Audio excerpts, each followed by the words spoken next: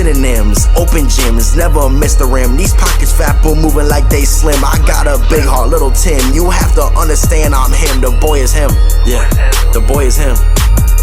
I ain't traffic, way I'm moving, pushing whips just like a pimp. Rock and roll life, even bands cannot make me flip.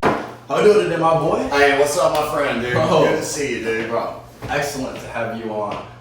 I just want to get right to it, bro. You smoke a lot of fucking weed. Yeah, I smoke some of the best weed here in Texas.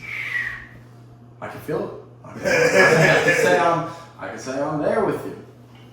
But I do want to say, bro, fucking, you are a killer. I've seen a lot of your shit. I love your confidence on stage. You take shit wild. You write. This motherfucker does this shit every day. I appreciate it, bro. I love that shit. That shit's so cool. How long have you been doing comedy for? So I've been doing comedy now. I started 2 days before Christmas 2024. So I'm at like a year and 2 months, about. Damn, okay. Damn, I thought you'd been doing it a lot longer.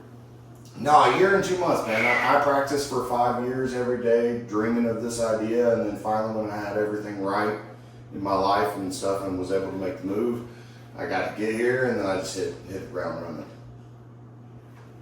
Bro, all I'm going to say is I can tell that you go all the time. You know what I'm saying? Like, that shit is something that's like really important to me. I think that shit's fucking awesome. To see someone just really attack some shit, you know, like, I don't think it's possible to fail if you live in your dream. Yeah, I mean, in a year and 3 months, man, I've done 8 different states and at least 520 shows or mics.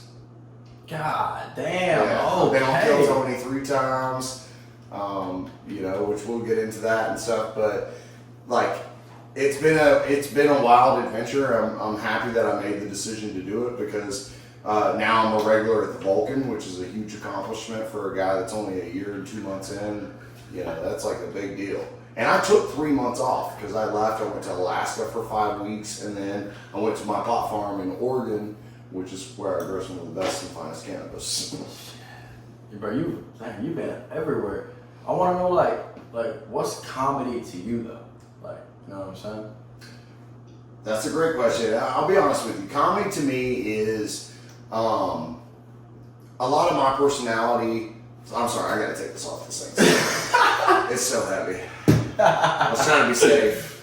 It's Austin, Texas. You never know what's gonna happen. But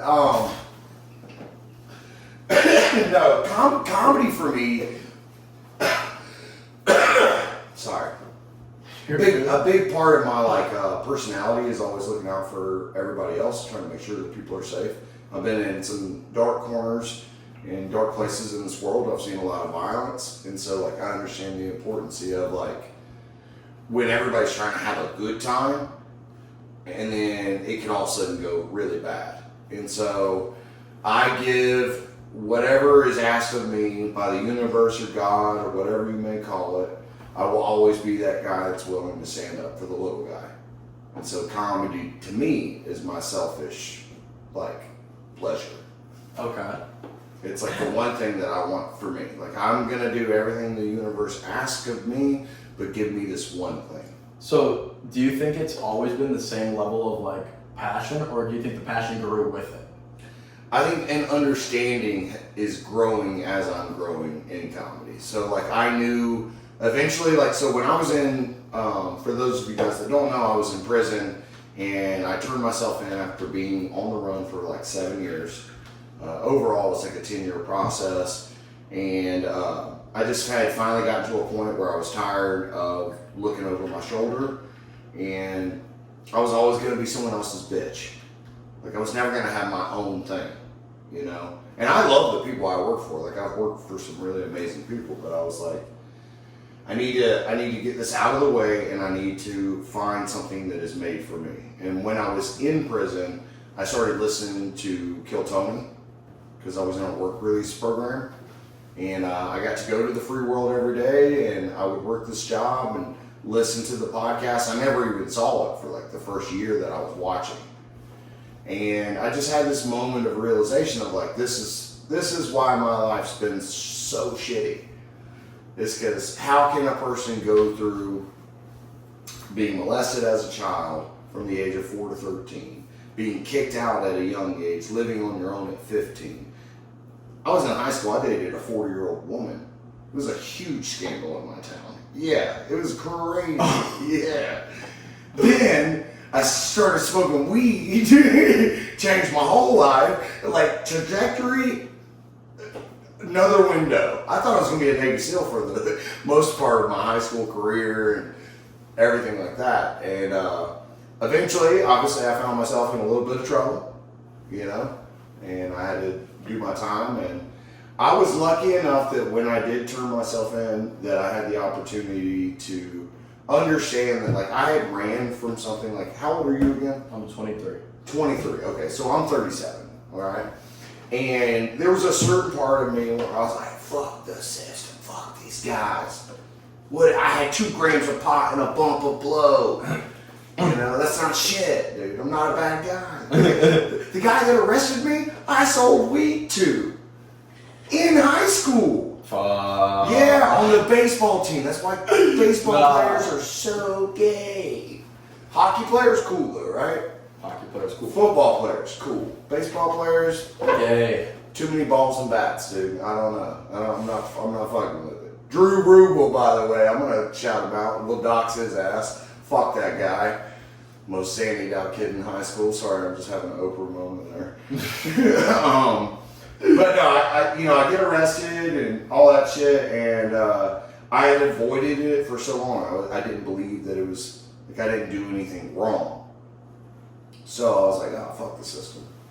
And eventually I got to a point of understanding of maybe the reason why I was being called there had nothing to do with the laws I broke. And maybe God or the universe was saying, like, yeah, there's a purpose in your life, and you just don't know it yet. And you gotta go to this place, and you gotta try to help these people that are there, that have far worse stories than I do, you know, or experiences, or a lack of leadership. And so when I got there, I took that as a huge role. And then when I found Kill Tony, I was like, yeah, when I get out of here, I'm gonna change my fucking life. So I've seen you absolutely kill at least a couple of times now. Hell yeah. I want to know, though, what's the worst interaction you've ever had on stage? The worst interaction I've had on stage was definitely the number 2 Kill Tony episode with Greg Fitzsimmons. I went out. For those of you guys that don't know, it was a great episode. That was, I believe, the debut of Sir Winston Pickles, which I had no idea he was on stage. Like, when you get called, like, you are not aware of any of the deep, like, everything goes out the window. Even what you think you might say came to evaporate from your mind, you know?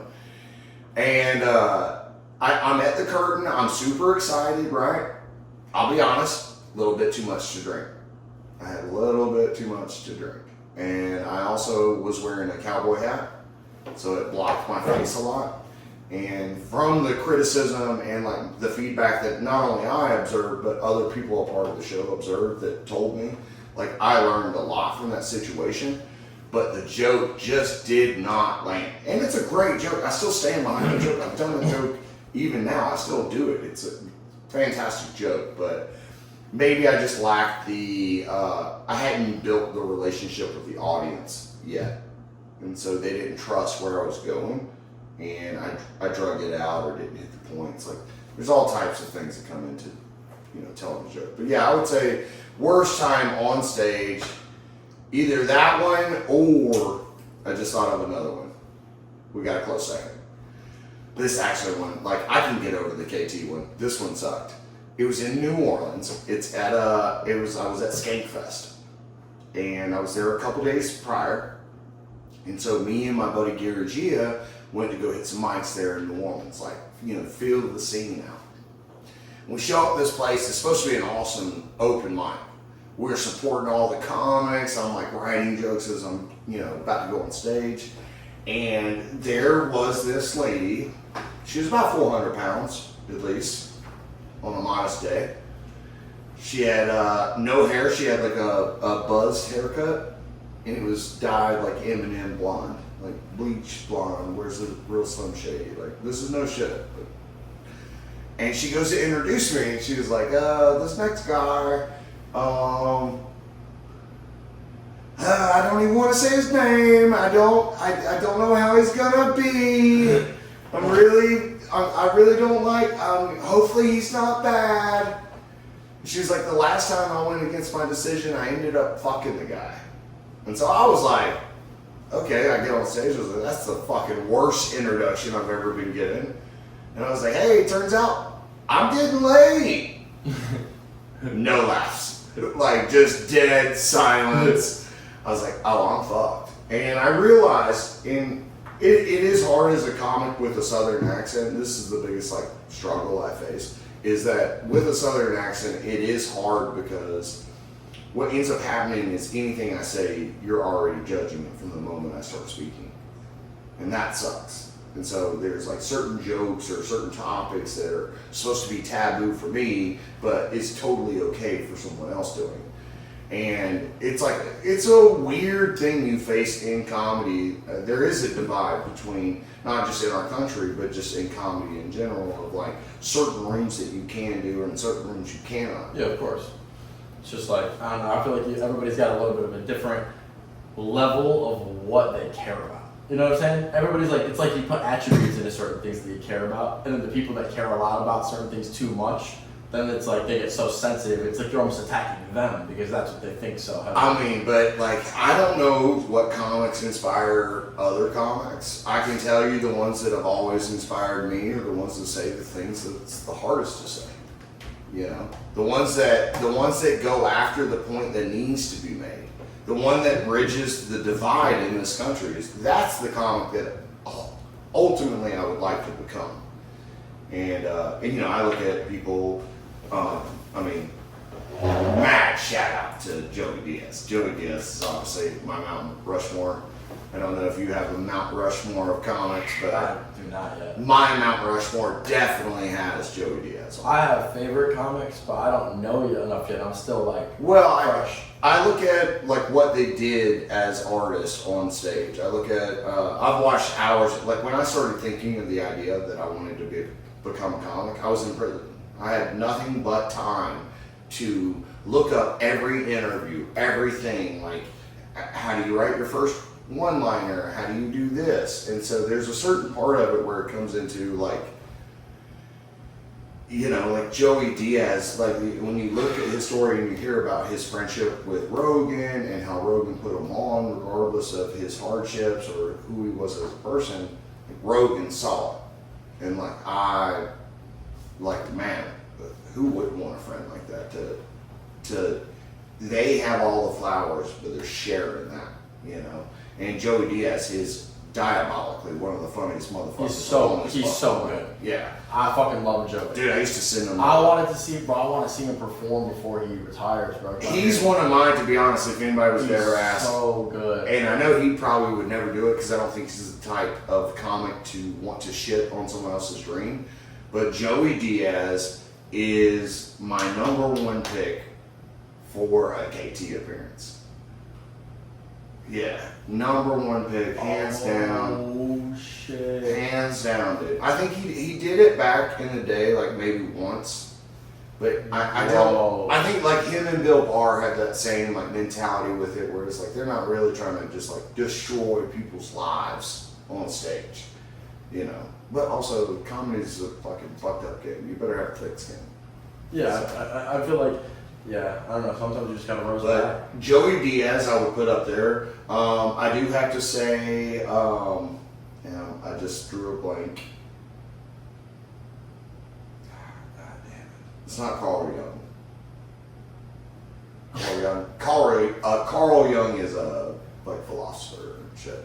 Who's the goddamn cunt, pussy, motherfucker shit? Seven words you can't say. Oh shit. I'm lost. I don't even know. No, you can't do it. George Carlin. Okay. Sorry, George.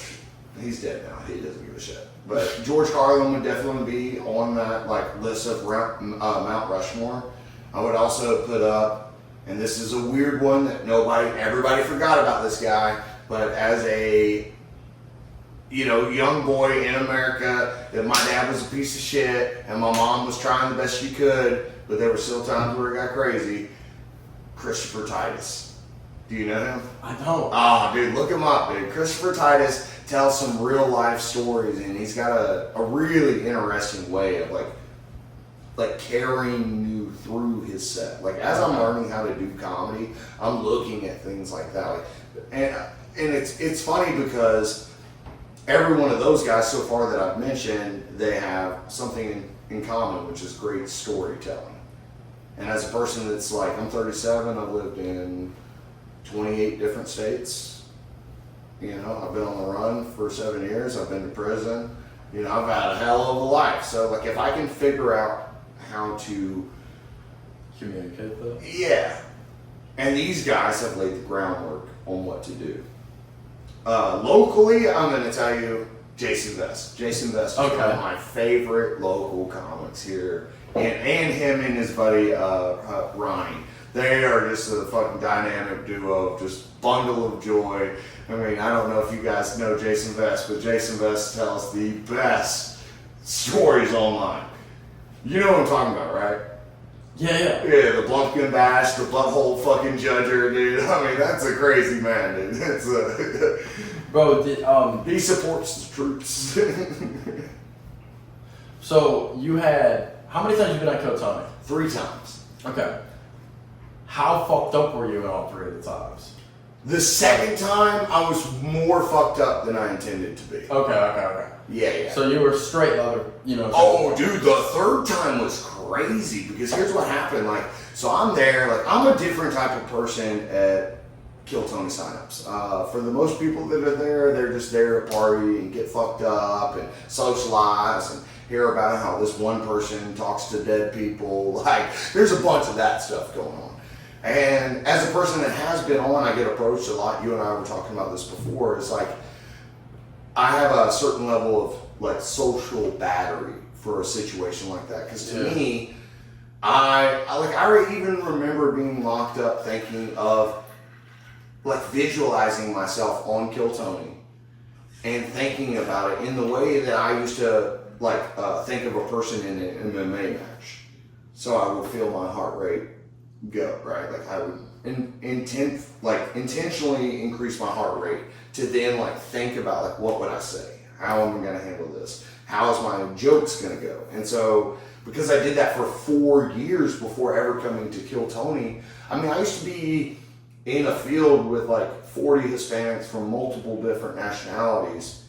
And as I'm telling them what we're going to do for the day and what we have to achieve, because I plant trees and also used to have a pot farm, still do. But my point to that is that I would be out in that field every day, just drilling, just doing my jokes, every day. I got a KT rap song that no one's heard. It's never been released. It's fire though. You're gonna have to play that shit. Oh, dude, no. I don't even have it on a beat yet. Nah. I just got it from the. You got the chorus? You got the chorus? Oh, dude, I got the whole song, dude. Can you spit the chorus? Dude, there is no chorus. I just go through and burn every single motherfucker that's ever been associated with that show from the time I started watching. I'm gonna have to. It's crazy, dude. It's crazy, dude. If I ever do that on KT, dude, it's over with. And if I don't get a golden ticket, it's rigged. I mean, that's 100%. The KT fans, if you're a diabolical KT fan, you would be like, holy shit. As much info, and you rap. Yeah. So you understand the game. You know what it is to literally break down a person's soul. Absolutely, yeah. But then one of the things I do in it is I freaking bless it up too though. So the second that I'm roasting you, then I come back with there's one where it's Tony fucking Hinchcliffe, loyal to the soil. I'm gonna fuck it up. We're cutting that. I don't want to do it. I got embarrassed. Damn. This is why you gotta practice, son. You can't do that. You can't just pull your dick out willy-nilly and just I think wanted you're to gonna do hear. it. That's why I wanted to hear the song. I wanted to hear you spit that shit. No, I can do it, but I can't do it from mid-verse. Okay. Do you really want me to do it? I'll do it. You got the song written? Or Right. you remember it? Oh yeah, I remember it. I just can't do it mid-verse. Bro, let me hear this shit right now. So I'm A-OK from the DOC, and I'm up on stage at Kill Tony. I put my name in the bucket, so fuck it, let's see. Heidi, could you get him a drink? As they begin to think he want a Crown and Coke, and get him a gin and tonic. I think it's ironic. I'm on the stage with the comics, chasing laughter like it was chronic. I'm just shooting my shot. Tony, can you really tie your dick, can or not? Is that what they call you, the golden pony? And just say you're not gay, you just talk that way. But you're the host with the most. Come on his lips, cause he'll chew you up and spit you out. No reason to shout, just hear me out. I know what you're thinking, you're like, holy shit. Holy shit, you son of a bitch. Did you just say I had cum on my lips? But to the leader of misfits, the master of mischief, the one and only, Tony fucking Hinge cleared loyal to the soil, a comedy royal. Quick with the joke and always taking notes. Now I hope you can handle, I'm swinging back at the panel. But as a sign of respect, I won't fuck with your guests. They can get a pass for Red Band. Cover your ass, you got more crack than the 80s. You're like a dog with rabies. You do the sound effects, but put the creep in sex. And when you giggle, you jiggle, you like to tickle your pickle. You're one of a kind, but you got a sick ass mind, and you always get the show started up. But everyone knows the only girls you can fuck are the types that you blow up. Now I know that seems ruthless, but now I'm coming for David Lucas, and he could roast you, so I need to focus. He's a ninja to the game, cause he's quick to attack. Man, I bet some of you thought I said that shit cause he is black. He can go round for round cause he is pound for pound. One of comedy's biggest, his body is hideous. He stepped on the scale, he just said ridiculous. Swagger like Jagger, cuts deep like a dagger. But it must be a battle, getting mistaken for cattle. Someone give me a saddle, it's like I'm shooting fish in a barrel. Coming up next, it's a product of incest. We're gonna leave it there. We're just leave it there. We just having fun. Bro, you was spazzing. Yeah. I you got cadence for real. Yeah, dude, it goes on. It's the product of incest. Nah. Man, now I want to hit it though. This motherfucker hit the whole song. That's just got like 80 verses, bro. Yeah, so I cut out. Damn. The most of them I cut out. Okay. I just do Tony Red Band. He who shall not be mentioned. Do you know who that is? No. Oh, I can't say his name, but it's Lang Wang. It rhymes with that. Okay. Now this next verse is meant to hurt. Gonna need a body bag and call a hearse, cause I got a bone to pick with that man from China. You know the one that act like a hurt vagina? He tried to end your career during the Wuhan flu. Yeah, fuck him and his homeland too. I came to settle the score. His mother's a whore and his daddy's a bitch. Put the two together, that's how we end up a snitch. He tried to cancel this, he didn't cancel shit. And I hope daddy chokes on a bag of dicks. Hey, I was in a prison cell, dude. I had all the black guys. They were like, yeah, dude, that shit is fire. And for 5 years, I practiced that till the day I moved here. So that's the okay. So you don't actually be rapping and shit, also, like. Oh no! I used to be a hype man for an underground rap group, and I was a ghostwriter. Yeah, dude. I got balls, bro. Oh, this boy gets spent, Yeah, bro. that's a fun project. At the end of the show, we dropping a freestyle. Oh, I cannot freestyle. It's hard to do that. You can write. I can write. He's a comic, bro. Of course he can write. Yeah, I can write. But see, I was writing for 10 years before this. I mean, I write blues music. I have my own music as well, that like acoustic guitar playing and stuff. But to me, Kill Tony was an inspiration to that. And one of the things about it was, before Michael White, like anybody that knows KT Lore, like you'll know about Mike White, but before him, like, I wrote that song and was practicing it every day, verse for verse. The last verse of that thing, I go through every one of their sponsors. It's crazy. I have a Kill Tony bingo board tattooed on my fucking thigh, dude. I'm a diehard fan. You know, he gave me... it's so good. It's so good. Yeah, Kill Tony was like... It was my window into the free world. Even though I was locked up and getting to go to the free world every day, Kill Tony was my fucking escape. It was my happy place. So every time I got to hear these comics, and eventually I got to the point I was like, oh, these guys suck, dude. What the fuck? Yes. How many people been in prison on Kill Tony and they get on there, they don't ever say nothing that's fucking hilarious, dude. You don't ever talk about nothing. You don't talk about the dude that fucking crappie flopped on the fucking ground after smoking some brown clown. Like, what are we doing here, you know? There's tons of times where prison is actually pretty hilarious. And that's where Offender came from. I was like, one word name. Like, it started building from that. And the KT rap is I can't wait. I can't believe I just did that here on your podcast.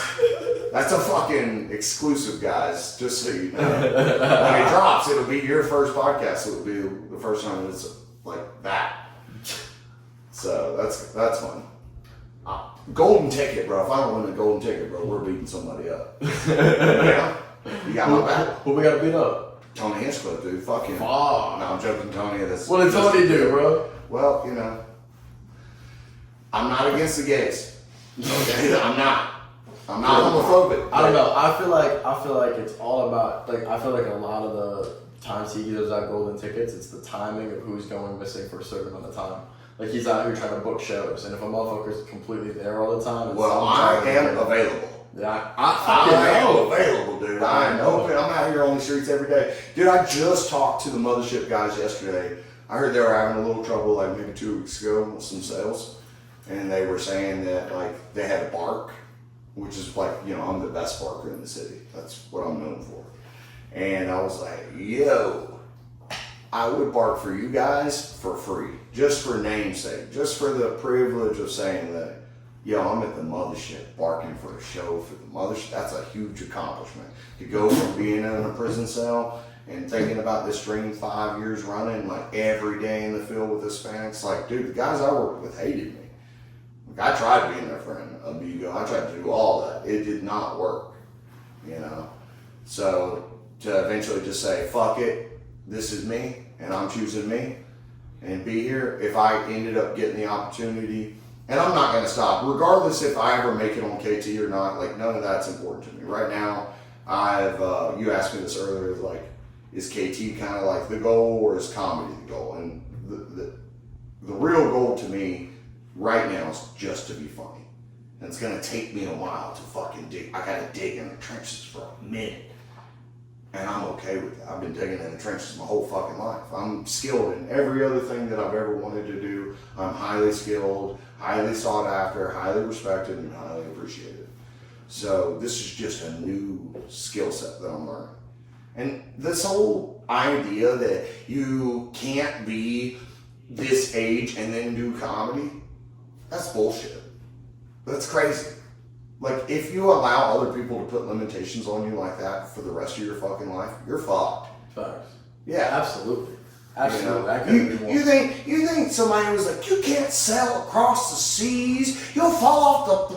Christopher Columbus came here and raped those Native Americans on his own will. He figured it out. I'm sorry, that was fucked up. I went dark there for a second, folks. Listen. I feel exactly the same way. Like, bro, the music shit is like, it feels the same way for me. It's like, I know all these motherfuckers that, like, I'm working with, and nobody sees the full picture. How am I supposed to tell the stories about 8 fucking people? How am I supposed to tell the story of all these people that are my fucking best friends that I work with every fucking day?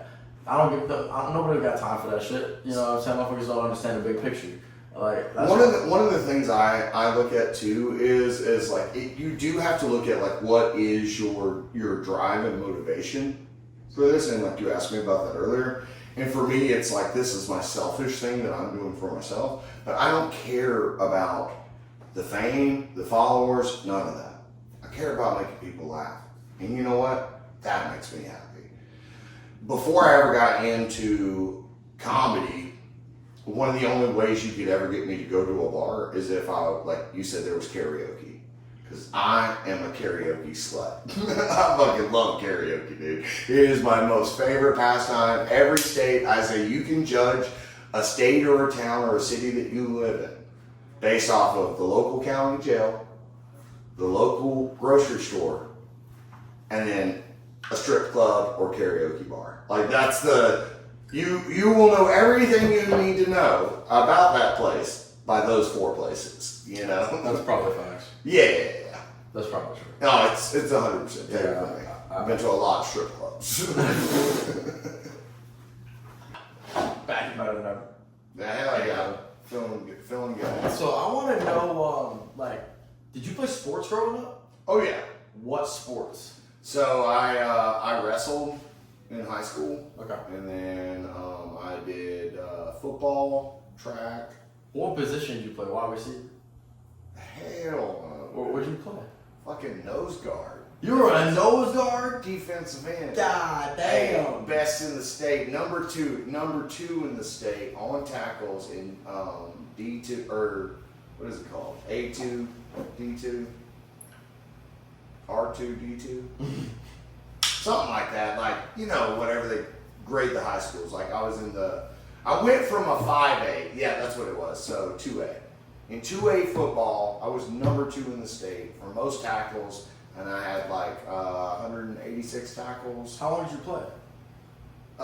Like every year of high school. So 4 years. Yeah. You didn't play before? Well, no, 5 years because I'm retarded.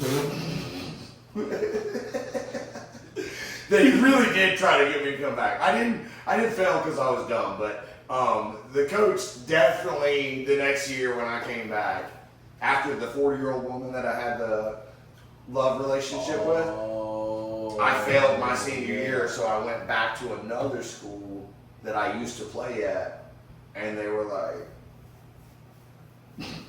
shout out to my old coach. I'm not gonna give up his name. Damn. But yeah, he was like, put you in a different jersey. Dude, that's fucking. And I was like, I don't know about this. This seems like not good. Dude, you been watching the Olympics? No, I don't have cable. That's not even. I don't even. Yeah, I got. Plus, there's like, the Iran conflict. Is that what you were talking? I mean, dude, they're killing it over there. No, I was talking about the Olympics, bro. I was saying like I've been watching. Just in case. Dude, I mean, that's your people, right? Like, aren't you watching? You're not in some... We're not going to mention it? we're talking. We're not. I'm not watching shit. I mean, dude, you could use some sponsorship money. You are Jewish. I think I'm good on the sponsorship. He's like, hit me up, Hamas. Yeah, I'm cool. I'm cool on that. All this is getting edited. He's like, my mom's gonna be so mad. Hell no, bro. I ain't no fucks. I just do me for real. Alright, go ahead. Talk about that. It's fucking hilarious. Yeah. I'm trying not to roast you right now. I mean, you're already red as hell, so like I should just like not roast you. I'm not. What do you mean? I'm red? Like my face is red? Your skin, your eyes, your hair, your pubes are red, bro. Everything about you is red. Even your shirt is red. This is what? No, there's a Native American on it. I mean, that was easy six. That was so easy. You didn't see that? Isn't that what they call them? Reds? We're white. Asians are yellows. Black people are my friends. We're having fun. Always, bro. We can't fuck around with it. Yeah. Hey, you've been a legend in the city, though. Every time you show up, you're in a fucking jersey. Yeah, you like that shit? Ah, dude, it's your brand, dude. I love it. Fuck yeah, I can't play around. My favorite one so far is V for Virgins. Yeah, it's a gold one. It's like a Sparta helmet. Oh, the Golden Knights. Yeah, but they have a V on their helmet. Yeah. And I roasted you one night on stage. I was like, hey, Oh yeah. you play for the V. You for did Virgins? roast me on stage. No one laughed. Well, you know. I'm just fucking with you. It was your boyfriend there. I could understand how he was affected personally. But do you have like you got like a hero in comedy? A hero? Or anybody, like not even in comedy necessarily. Do you have a hero? Hero. I mean, this is so gay. I'll be honest with you, man. I think Joe Rogan is a prime example of the type of person and a man that I would like to be. And I think that Khabib would be Khabib would be my spirit animal, but Rogan would be like my personality. And if I could figure out how to master those two type of things, I look up to those men as like very powerful individuals that are changing young men's lives. Oh, disciplined, inquisitive, patient. I mean, like, they have to expose a lot of their lives to the vulnerabilities of us. And like, we're consuming their product, you know, which is them. And I look at that as I mean, dude, people hate on guys that watch Rogan, but at the end of the day, I mean, it's some of the best. Everybody watches Rogan now. If you don't, like, you definitely voted for Kamala. Hey, he invited her on. He did. She said, "Oh no, I cannot be talking for an hour and a half on the phone." Yeah, no chance. That was not. Yeah, I can't vote. I just want to say that. I mean, I did vote thanks to the Democrats, but I voted for Trump just to tell everybody, like, I don't care. It's the first time I voted. Maybe I made a mistake, but oh well. Who cares? Life is hard, dude. We gotta all try to figure out how to work this thing out. And when I look at people like Rogan and what he's done in, I mean, I feel like he is my generation's Walter Cronkite. I probably mispronounced that, but Okay. like, you know what I mean? Like, as far as investigative journalists, as far as like actual knowledge that you're being able to obtain, like, one day I can hear Bobby Lee, and then the next day it could be RFK Jr.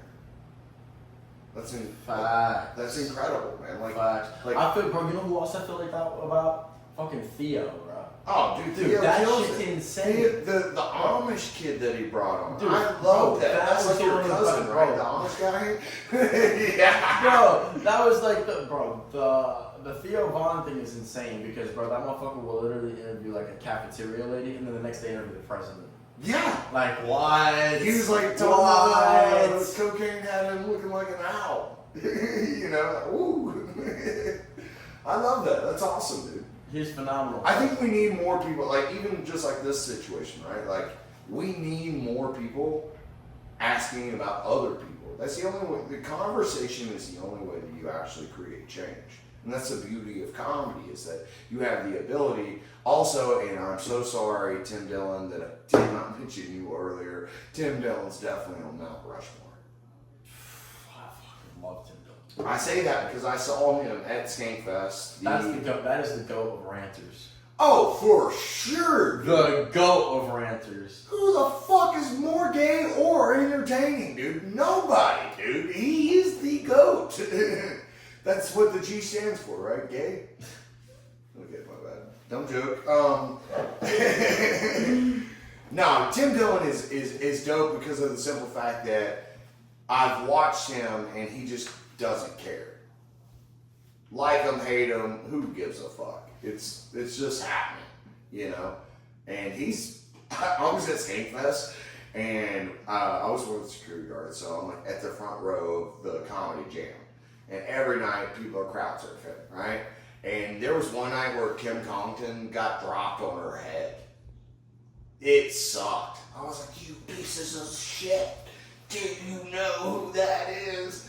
And so for the next like couple nights, like Brad Williams, you know Brad Williams? Yeah. He's a very The midget. How dare you say that? Don't play with me, bro.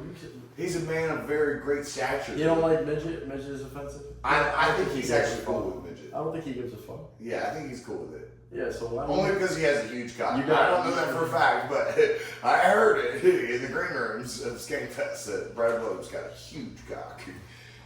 You're welcome, Brad. I love you. No, but I helped carry him. He was like a tiny little baby.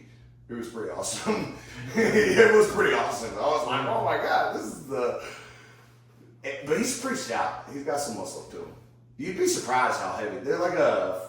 They're fucking built, bro. Dude, it's like a pack of flour or something. You know what I mean? You're like, you ever picked up some corn feed from the feed store?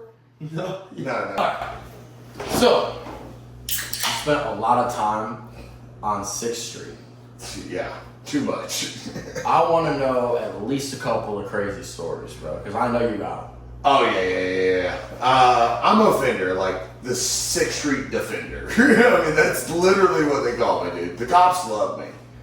I have seen a homeless man pull his cock out, pee on Mitzi's in Rapolo's, like the corner that's right there at Mitzi's and Rapolo's. For everybody listening or watching, like if you don't know, Mitzi's is the bar that is associated with the mothership. And I come out one night, I'm barking for a show, I have this megaphone, and the literal first thing I see is a homeless guy with his dick out, peeing on Mitzi's Shores bar. I lost it. I'm not made for stuff like that. I was raised better than that. Like, if you need to pee that bad, find a bush. You don't pee on a building, especially when there's kids present. Yeah, what the fuck? Yeah, no, it was crazy. So what, you beat his ass? No, I'm a smart man. I've been to prison, dude. I'm I was not about trying to go say, back. that's what it made it sound like. My bad. No. But so he looks at me and I'm like, I had the megaphone, remember, right? And I was like, yo, what the fuck are you doing? He's like, mind your own damn business. I was like, oh, hell no, dude. In the wise words of a guy that works on 6th Street, you should be ashamed of yourself. So, bro, Look, though, I'll finish it up real quick. I was like, he's like, what are you going to do about it? I was like, you wait right there, motherfucker. And I went right to the fucking mothership, found the police officer that was working there, and I was like, yo, there's a homeless dude out here with his dick out, and if you don't come arrest him, I'm going to beat his ass. And they came out, and he was like looking, he's like against the wall, and apparently that guy had warrants. So, I mean, I'm not a snitch, but you shouldn't have your cock out in public, people. I'm just saying, like, I'm not that guy. Like, I don't fuck around with that shit. So, like, you've pretty much, I assume you've done sets everywhere in downtown as well. Oh, dude, as an OG would say, that's my stomping ground. This is my bread and butter. It's the first place I ever did a mic. It's everything to me. I mean, as much as people would like to talk shit on the Austin 6th Street scene, I can tell you this much: there's nowhere else that I've been so far that offers as much opportunity to comedy. I'm not saying the comedy's good. I'm not saying that every person's good. We are diluted. There are delusional people here that have no right signing up for Kill Tony.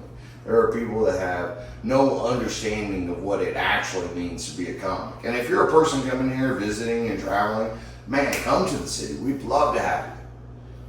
But if you're not a real deal comic out here trying to figure it out and grind it out, please do not sign up for the biggest opportunity in our city. Don't take food out of my mouth.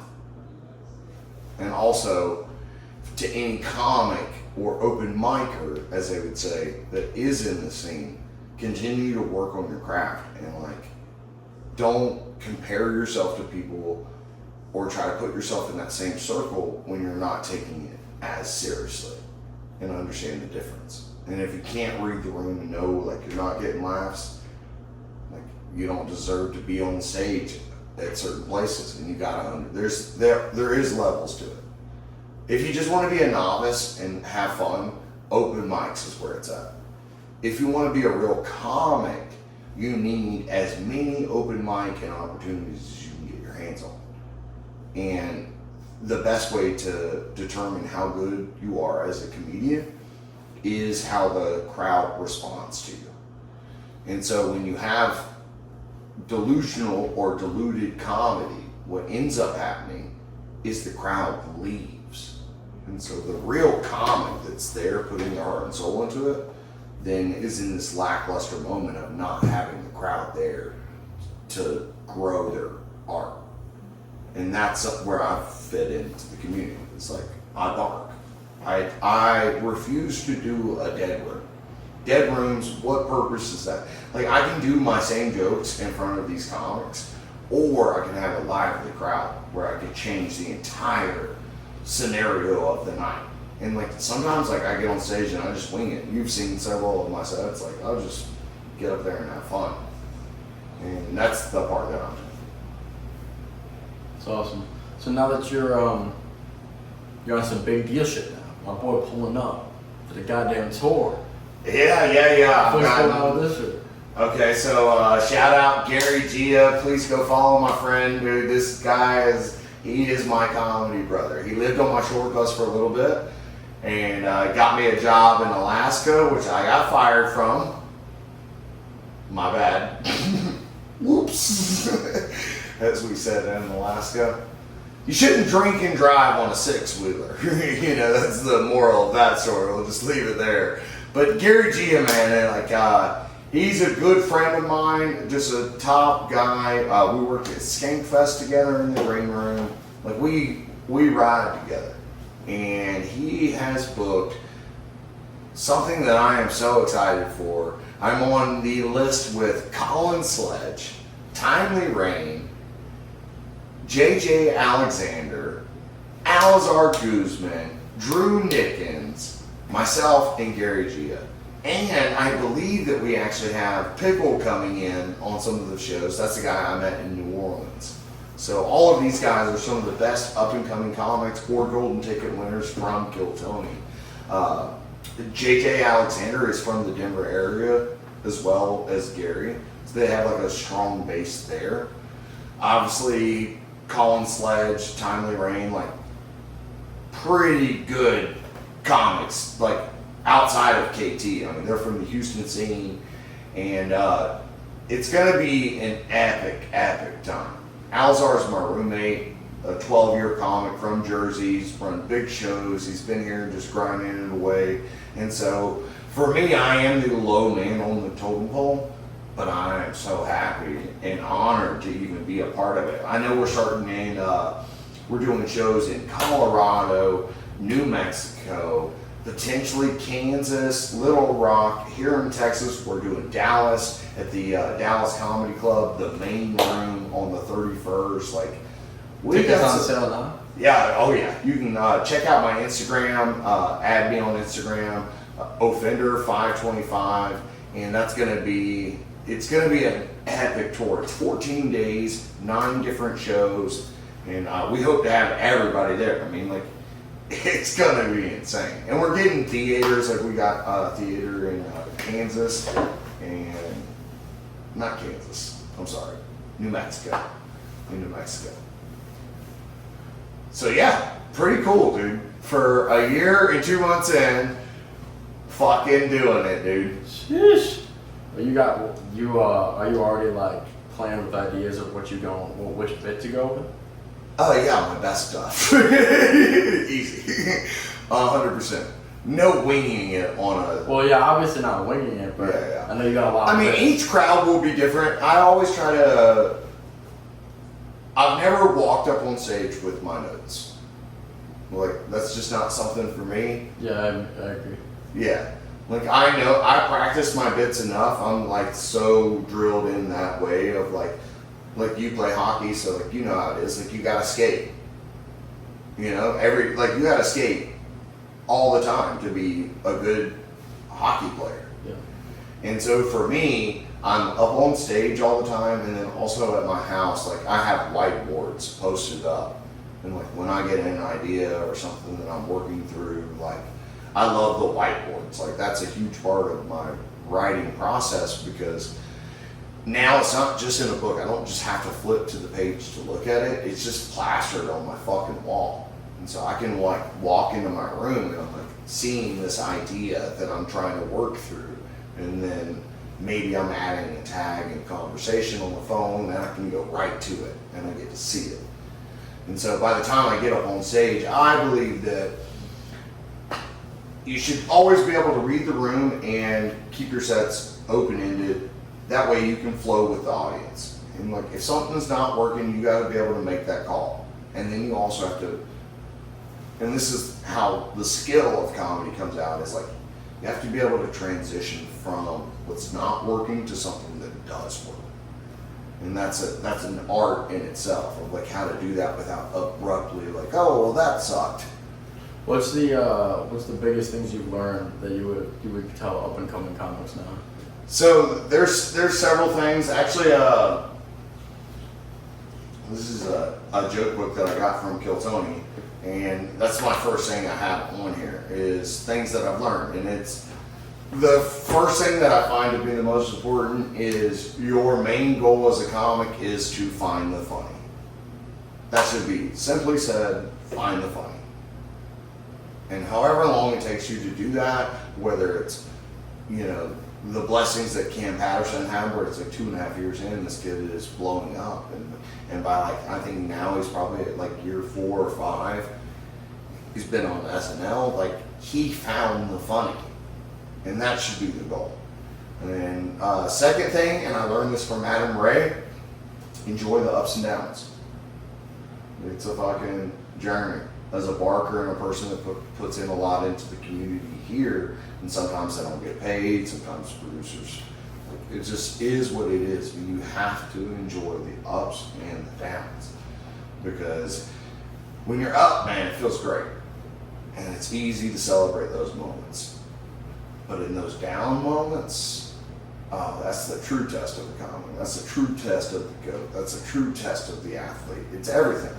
And so you have to figure out how to push past everything that's telling you, stop now. It's not worth it. If you ever believe that, it's like Rogan says about MMA fighters. I mean, if you ever think the day that I'm just doing this for the paycheck and not because my heart's in it, then you've already lost. You have to be committed to who you are. And if you're a comic, you're a comic. And that's what I am. Third thing, I also learned this on my second appearance of KT. If you are going to eat a bag of dicks on stage, chew slowly. Meaning that, like, even when it's happening to you and you are bombing, you have to look at that as an opportunity of, like, where did I miss this connection? And every bit of that moment, like, instead of just, like, brushing it off, like, be in that pocket in that moment and understand, like, it's okay, dude. It's a set. I mean, I did it. I bombed my second appearance of the biggest show that I fucking love, you know, and at the end of the day, it doesn't matter. And when I got asked, like, what the fuck was that? That's what they said to me. It was like, worst, Greg Fitzsimmons said, that's the worst tragedy that's happened in the past 5 days in Austin, in Texas, or whatever. Mind you, we just had the flood of the Guadalupe River. You know what I mean? All those little summer girls, camp girls, they drowned. Yeah. He said I was the worst. And I was like, and that's just comedy. Like, I don't take any offense to what Greg Fitzsimmons is. One of those guys, he's gonna shit on you. If you can't take that, then get the fuck out the way. This is comedy. It's jokes. And then yeah, I got thick skin. I ain't really worried about nothing for yeah, I can tell, dude.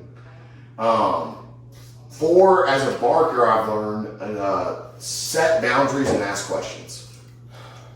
You should always be willing to talk to a producer or a club or venue or whoever you are corresponding with. Clear, precise things of, like, hey, this is what I require. As a barker, I'm a low-level totem pole person, but I'm actually a huge part of a lot of the success that happens for some of the biggest shows here in Austin. And it is challenging to be so willing to help people and then also be taken advantage of multiple times through multiple producers. And yeah, just eventually you have to just realize, like, it's on you, so you have to make sure you clearly communicate, ask the right questions, set the boundaries, ask what your expectations are. That's like a really big part of it. You know, as long as you're doing your part, there's nothing wrong with asking someone else, hey man. And then at the end of the day, I'm a businessman. I'm 37 years old, dude. I don't have time, like, I don't have a real job, you know? I do comedy. I dedicate my life to comedy. It's the only thing I ever want to do ever again. I'm fucking terrified to go anywhere else now, which is crazy because I've been a hard worker my whole life. But now I finally found something that is mine, that I just don't want to give up. The 5th thing, and I recently learned this, is never thank someone else for your hard work. and that goes in life in general. Don't thank anybody else for where you're at today if they're never going to understand what it took to get you there. And I had to learn that in a hard way with someone that I really respected, you know. And I don't blame them as a person. It was a learning opportunity for me. Of like, he doesn't understand how serious this is for me because he was never where I was at. And though he may cast a shadow of doubt on me, that's the worst thing you could ever do. But also the best thing for me, because I've been dealing with that my whole life. People told me I would always fail. People said all types of shit to me. But I continue to be positive. I continue to be a happy person. I mean, this is how you and I connected, is like you came into the community, and a lot of comedy communities, sometimes it's a little bit shelled up, and people are cliquey, and that does happen even here. But I will never be that type of guy. What you said about meeting you in the middle, right? Yeah. Hey. Come on. Yeah, shout out meeting you in the middle. Come on. All right. So with that, I believe in it. And like, if you got good energy, I'm always going to do that. And I never want people to feel excluded. I'm a huge proponent of welcome into the community. We're lucky to have happy and positive people. Absolutely. So I wanna finish up this interview by saying, just by asking you, who do you want to be remembered as, and what do you want to be represented as from your fans, both as a person and as a comic? all right, baby, you almost made me cry on that question. I don't know why I got emotional, but who do I want to be remembered as? I want to be remembered as a person that's willing to take chances, that admits that he doesn't know shit, and I'm just throwing 1,000 things at the wall. When it comes to comedy, that's what I care about. It's like, I'm just trying to figure out, I have to get everybody to like me? No, that's bullshit. The idea that everyone has to like you is the most craziest thing. Yeah. And I'm like, I want people to like me, right? Absolutely. But I am totally okay with being my own cup of tea. And if they don't like me, fuck them.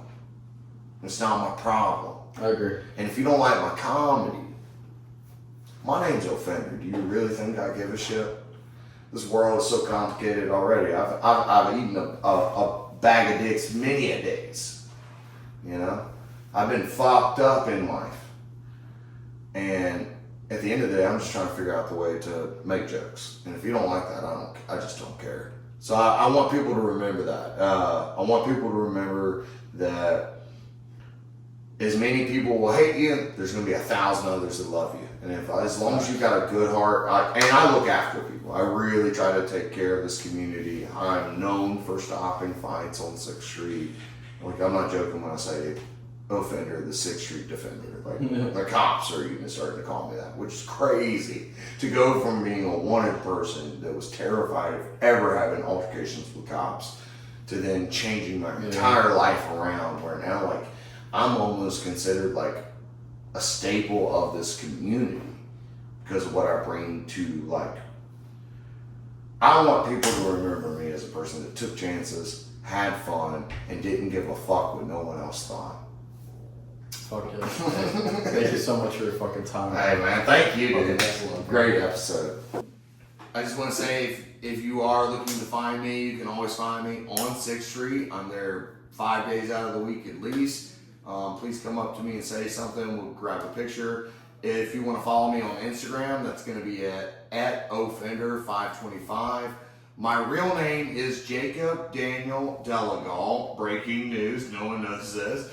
Jacob Daniel Delegal, last name spelled D-Legal. D-E-L-E-G-A-L. And then you can also catch me every Thursday night on the CWG podcast, which is Comedy Writers Guild. It's a live interactive podcast. We have a special guest, and then we throw up joke premises. Whoever writes the best joke becomes our next guest. And I'm the closer of that episode every week almost. So catch me there, and thank you so much again for your time, dude. Absolutely, bro.